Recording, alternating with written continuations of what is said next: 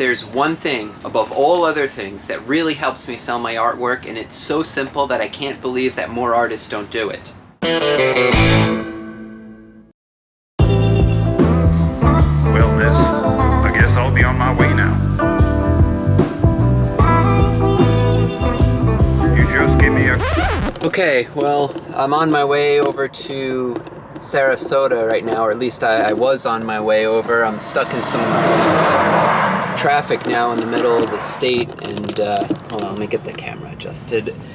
You know, traffic now in the middle of the state and everything's just stopped. But anyway, trying to get to Sarasota this weekend to exhibit at the Sarasota Fall Fine Art Festival.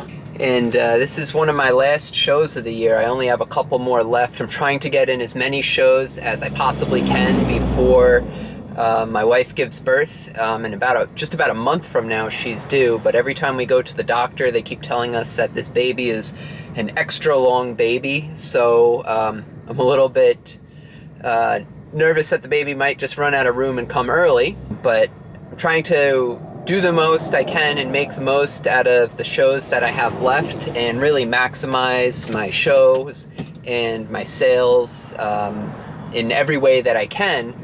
Because once the baby's born, I'm going to take about a month off from all traveling and shows, and spend a lot of time at home, and then only do shows that are kind of local to where we live when we're here in Florida for now. So it's important that I really maximize my shows that I have left for the year so I can afford to take that time off.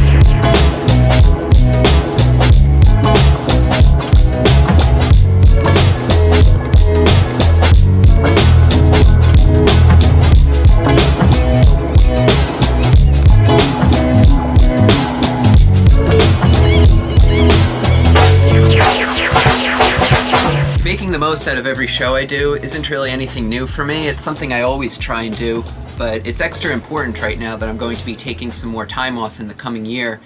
And what I really mean by making the most out of every show is selling as much art as I possibly can at the art show. So of course it's important that I'm properly prepared for the show, and you know, that I eat healthy and bring healthy snacks to keep my energy up, and that I get a good night's sleep.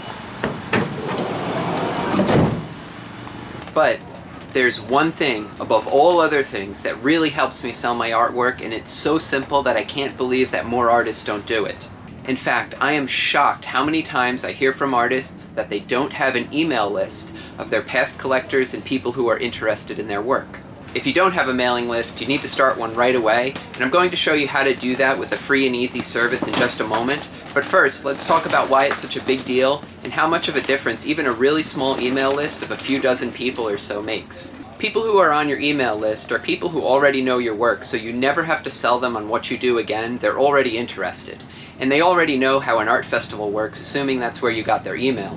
They are literally asking you to tell them what you're up to and remind them that you still exist. Maybe they're people who have bought your work before, maybe they're people who really liked your work but they weren't quite ready to buy it yet at their last show, but they'll be ready the next time you come to town. You're leaving so much money on the table by not keeping people like this informed. Even more importantly, keeping an email list is a hugely beneficial thing to do for your fellow artists. Think about it like this. In a show with 200 artists, if every one of those artists uses their email list to let people know that they're going to be at the show this weekend, and say only 10 people come from each artist's email list, that's 2,000 extra people who are already interested in art that will come to the art show that weekend. Don't you think that would make a huge difference in everyone's sales? Even if the people who come from my email list don't buy from me, they may buy from my neighbor, and the people who come from my neighbor's email list might buy from me. Every show that I do, people stop by and thank me for letting them know about the art show because they're on my mailing list. I've easily doubled my sales at an art show just from people who come because of an email that I've sent who otherwise wouldn't have even known about the show. Now, of course, it's part of the show promoter's job to draw a crowd of art buyers to the art festival, but that doesn't relieve the responsibility of promotion from the artists. So when people buy from you, simply ask if they'd like to be informed about your upcoming shows and new artwork that you may have. Most people will want to. And if someone doesn't buy from you, but they seem interested and say that they just aren't ready yet, tell them they can leave an email and you'll let them know the next time you're coming to town. It's never too late to start collecting emails, and before you know it, you'll have a decent-sized mailing list. And remember that even a small email list makes a huge difference. I keep a clipboard like this with a simple email sign-up form on it right on the desk in my booth, People can leave their name and email here. It's really simple and straightforward. I'm going to make a downloadable copy of this without my stupid name at the top so that you can download this and use it in your booth if you want. It's a really simple form. So I'll put that in the description of this video so you can download one, so now you have no excuse for not putting it in your booth. Now you'll need an email list service to do this, and I recently changed who I use for my email list, and I'm really happy that I did. For many years I used MailChimp, but they were getting really expensive, so I looked for alternatives and found this company called Sendinblue that I've been using for the past few months.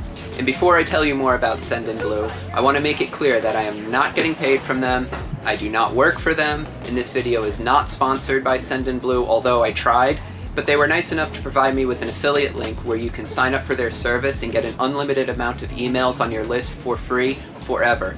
That's a really good deal.